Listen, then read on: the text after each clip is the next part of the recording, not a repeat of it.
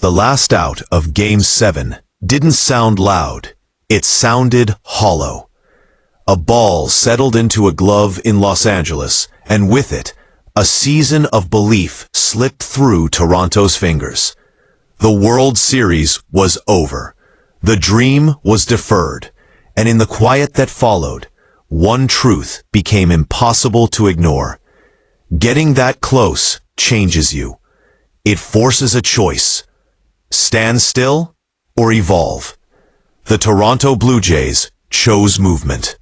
While snow fell outside Rogers Center, and most of baseball disappeared into holiday dinners and recycled optimism, Toronto's front office stayed alert. Phones rang. Names crossed whiteboards. This was not an off-season of recovery. This was an off-season of pressure. Because teams that lose Game 7 don't get sympathy the next year. They get hunted. The Blue Jays entered the winter with their hands everywhere. Prospects, free agents, contingency plans stacked on contingency plans. Kyle Tucker's future hovered like a storm cloud. Bo Bichette's name refused to stay out of trade conversations. Alex Bregman and Ketel Marte became symbols of possibility, each representing a different version of Toronto's next chapter. And then, quietly, another name entered the frame. Yoan Moncada. Not the headline grabber, not the superstar solution, but the kind of name that makes executives lean back in their chairs and ask the uncomfortable question. What if the value is hiding in plain sight? According to MLB insider Francis Romero, several teams have shown early interest in Moncada. The Angels, Pirates, White Sox, and now the Blue Jays. It's the kind of rumor that doesn't explode. It spreads. Slowly, persistently, because it speaks to something deeper than star chasing. It speaks to need. Toronto still has unanswered questions in the infield. Even if Tucker arrives, even if Bichette stays, even if a bigger domino falls, depth matters. Flexibility matters. And after a season that ended one win short of immortality, durability matters most of all. Moncada's career has been defined by tension between promise and interruption.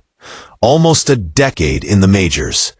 Once hailed as a true five-tool phenom, a switch hitter with explosive raw power, a plus-plus arm, a body scouts described in almost mythic terms back in 2016.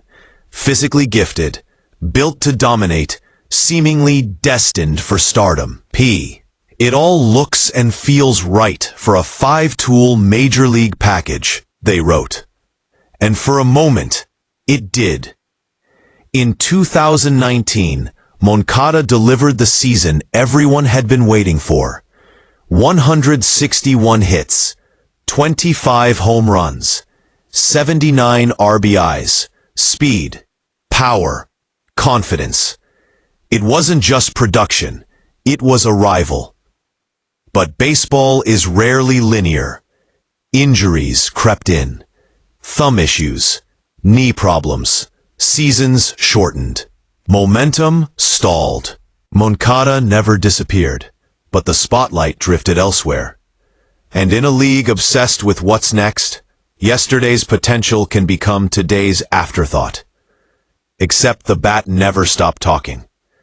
In 2025, despite appearing in just 84 games, Moncada quietly reminded everyone what's still there. 58 hits, 12 home runs, 35 RBIs. And when measured against his peers, the numbers told a sharper story. Among Angels hitters who played at least 80 games, he ranked near the top in batting average, on-base percentage, and slugging. Fangraphs backed it up. A 117 weighted runs created plus, third best on the team, trailing only Mike Trout and Taylor Ward. Put that production in Toronto's lineup, and suddenly, Moncada doesn't look like a gamble. He looks like a weapon, one that comes without the price tag or permanence of a franchise-altering move. This is where context matters. The Blue Jays farm system is alive. Jorge Burgos just led his team in RBIs. Giovanni Planchart's power is real, not theoretical. The future is forming. But October doesn't wait for development curves. October demands answers now. And that's why Moncada fits this moment so precisely. He doesn't block prospects forever. He doesn't demand the offense revolve around him. He doesn't change the identity of the team. He stabilizes it. Meanwhile, other paths narrow.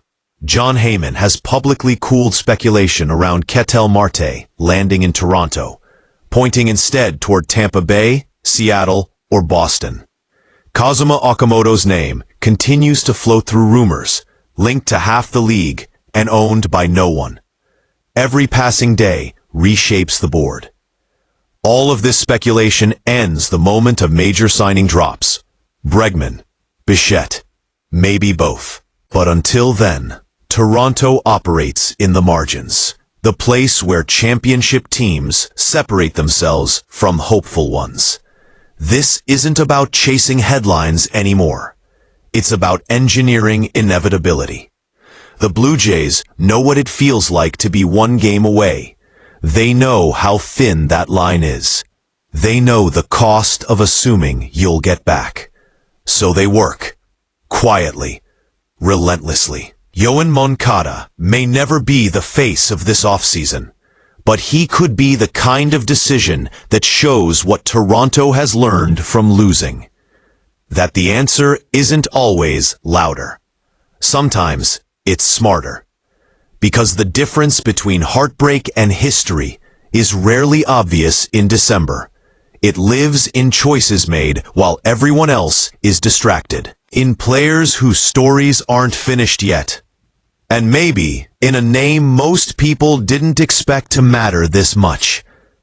Is Moncada a risk or the missing layer of a team that's already proven it belongs? That's the question Toronto is asking itself right now. And the answer might define everything that comes next. What do you think? Would you make this move if you were in charge?